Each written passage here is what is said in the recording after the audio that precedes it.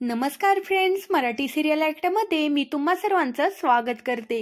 सुख म्हणजे नक्की काय असतं या मालिकेच्या आजच्या भागामध्ये आपण पाहणार आहोत। गौरी म्हणत असते, माझा जयदीप काहीही झालं तरी धावत येणारा मला आता परक करून गेला। जयदीप म्हणत असतो, गौरी मला माफ कर, माझा खूप मोठा गुन्हा झाला, पण त्यावेळेला मी जे काही बघितलं ना त्यामुळे माझा गैरसमज झाला। जयदीप त्यावेळेला जे घडलं होतं आणि त्याने जे बघितलं होतं ते सगळं आता तो गौरीला सांगू लागतो। राहुल हा गौरीच्या खांद्यावरती डोकं ठेवून झोपला होता। राहुलने जयदीपला सांगितलं होतं, गौरीने सगळी प्रॉपर्टी माझ्या नावावरती केलेली आहे, त्यामुळे जयदीपने मनामध्ये गैरसमज करून घेतलेला होता। गौरी आता जयदीपला म्हणत असते की तू जे पाहिलं आहे ना ते सगळं खोटं होतं। गौरी आता सांगू लागते की त्या दिवशी राहुलने माझ्या खांद्यावरती डोकं ठेवलं होतं तेव्हा तो असं म्हणत होता की त्याला मोठ्या बहिणीची आठवण येत आहे, आणि यावरती तुझा विश्वास बसत नसेल तर अजून मी तुला सांगते, दादामाईंचा किडनॅप केलेला फोटो त्याने मला पाठवला होता आणि मला ब्लॅकमेल करायला लागले आणि कंपनीच्या सगळ्या प्रॉपर्टीवरती सह्या करून घेतल्या। एवढा सगळा माझ्या पुढे प्रकार घडला आणि जयदीप तुला अजून सुद्धा विश्वास नाहीये। जयदीप म्हणत असतो, गौरी बास कर ना, मला खूप लाजिरवाणं वाटत आहे आणि तू जी शिक्षा देशील ती मी भोगायला तयार आहे। गौरी आता जयदीपला म्हणत असते, मग तुझ्या आणि शालिनीमध्ये फरक काय राहिला? त्यावर जयदीप म्हणत असतो, गौरी प्लीज मला माफ कर ना।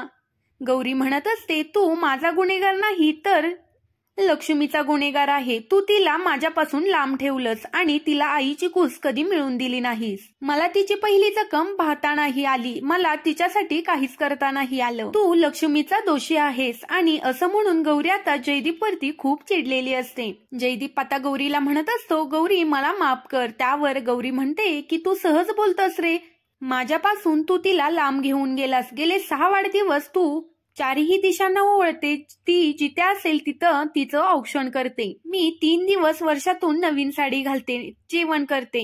शालिनी वहिनी मला खूप शिव्या घालायच्या तरी पण मी त्या सगळ्यातून समाधानी होते। मी देवाकडे तुम्ही जिथे आहात तिथे सुखी राहा असा आशीर्वाद मागत होते। गौरीला आता जयदीप मिठी मारतो आणि म्हणत असतो, बास कर गौरी, मला हे सगळं ऐकवत नाही।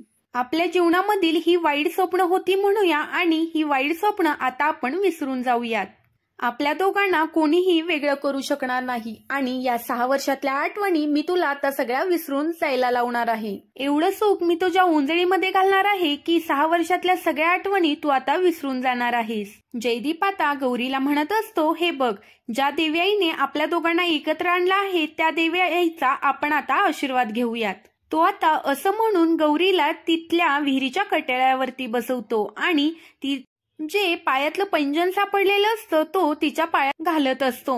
प्रेमाने आता गौरीकडे पाहतो आणि तिला प्रेमाने उचलतो आणि गौरीला म्हणत असतो, गेले 6 वर्ष तू माझ्यामुळे खूप वनवास भोगला आहे आणि त्याचाच आता मी मोबदला तुझ्या पत्रामध्ये सुख म्हणून देणार आहे। इतकं सुख देणार आहे की 6 वर्षाचा वनवास आता संपणार आहे।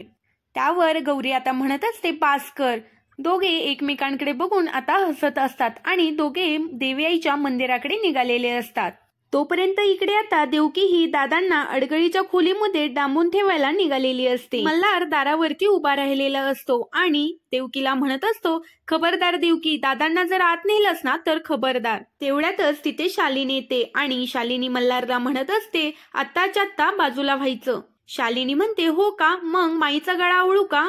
शालिनी आता माईंचा गळा आवळायला जाते तेवढ्यातच उदय म्हणतो, वहिनी खबरदार।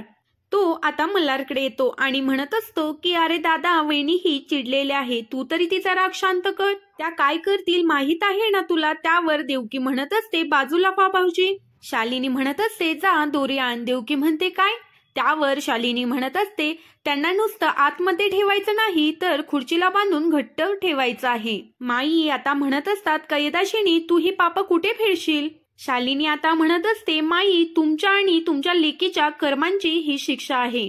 आता शालिनी ही माईंचा अपमान करते। त्यावर रेणुका म्हणत असते, हो बरोबर आहे माईचं, तू फक्त दादांना आतमध्ये ठेव की डांबून कशाला ठेवतेस? शालिनी म्हणत असते, जे मी मगाशी सांगितलं ते आता तुम्हाला परत सांगू का? मी कोणाचं काहीही ऐकणार नाही। देवके आण ती दोरी। आणि शालिनी देवकीला म्हणत असते, दादांना आत घेऊन जा। देवकी दादांना म्हणत असते, चला मी तुम्हाला बांधते. तर इकडे आता जयदीप हा गौरीला उचलून घेऊन देवी आईच्या मंदिरामध्ये आलेला असतो. देवी आई पुढे हात जोडतो आणि म्हणत असतो, देवी आई मला माफ कर.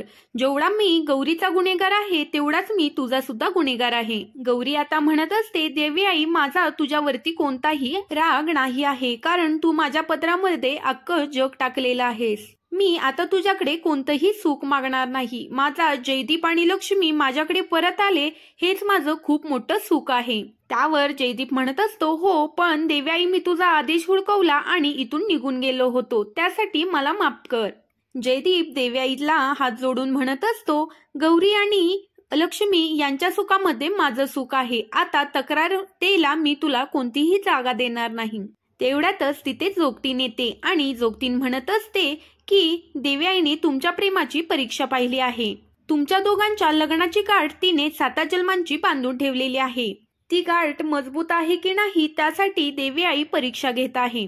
पण ती गाठ मजबूत आहे. देवी आईचा आशीर्वाद नेहमीच तुमच्या पाठीशी असणार आहे. नेहमी खुश राहा. आता असं म्हणून दोघंही देवी आईचा आशीर्वाद घेऊन जोगतीनीचा आशीर्वाद घेतात आणि जोगतीनही त्या दोघांना आशीर्वाद देते. तर इकडे आपण पाहणार आहोत, इकडे शालिनीने खूप दादांची भयानक अशी अवस्था केलेली असते. शालिनी देवकीला म्हणत असते, देवकी म्हाताऱ्याला गच्च बांध. तरी पण ह्या म्हातारीची बघ रग नाही कमी झाली. माई म्हणत असतात, मी तुझ्या पाया पडते पण ह्यांना बांधू नकोस, हा आजारी माणूस आहे. शालिनी म्हणत असते, मी त्यांना बांधते पण त्रास तुम्हालाच होतोय. मी तुम्हाला वॉर्निंग दिली होती, तुमच्या लेकीला सांगा की घर सोडून जाऊ नकोस म्हणून, पण तिनं ऐकलं का? ती गेलीच ना. ही तुमच्या पापांची शिक्षा आता दादांना भोगायला लागते आणि तुम्हाला जी दोघांना शिक्षा भोगावी लागते ती तुमच्या लेकीची शिक्षा आहे. मी तरी तिला सांगितलं होतं की लग्न कर, नाहीतर दादांची अवस्था खूप मी भयानक करून टाकेल. माई म्हणत असतात, काय तू तिला धमकी दिली होतीस? त्यावर शालिनी म्हणत असते, हो मी तिला लग्न करण्यासाठी धमकी दिलेली होती. माई म्हणत असतात, बरं झालं मग ती घर सोडून गेली ते. शालिनी आता चिडते आणि दादांच्या गळ्याभोवतीचा दोर आवळते आणि म्हणते, बघ आता तुझ्या नवऱ्याची काय अवस्था करते ते. माई म्हणत असतात, अगं सोड, कुठे फेडशील एवढी पाप, सोड त्यांना. आता शालिनी म्हणत असते, माई आणि दादा तुम्हाला जी काही शिक्षा द्यायची आहे ती तुमच्या लेकीला द्या. तुमच्या लेकीमुळेच ही तुमची परवड झालेली आहे, त्यामुळे जो शिव्याशाप देत आहात तो तुमच्या लेकीलाच द्या. आता मी काही शांत बसणार नाही. असं म्हणून शालिनी आता दादांना गच्च आवळते आणि सगळ्यांना घराबाहेर काढते आणि देवकीला सुद्धा बाहेर जायला सांगते आणि आतून कडी लावून घेते.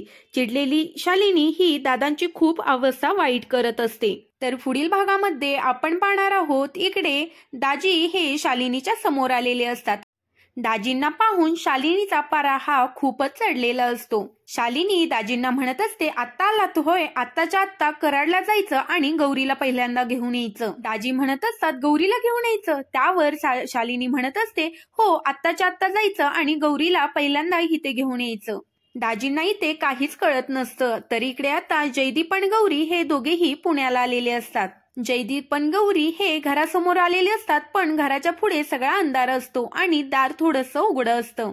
कोणत्या तरी संकटाची ही चाहूल असते. गौरी आताच लक्ष्मी लक्ष्मी म्हणत हाका मारत असते. तोपर्यंत घरामध्ये सगळा अंधार असतो आणि कोणालाच काही कळत नसतं की काय चालू आहे ते. जयदीप आणि गौरीवर कोणतं संकट ओढवलं आहे ते येणाऱ्या भागामध्ये समजेल. असेच मालिकेचे अपडेट जाणून घ्यायचे असेल तर चॅनेलला सबस्क्राईब करा.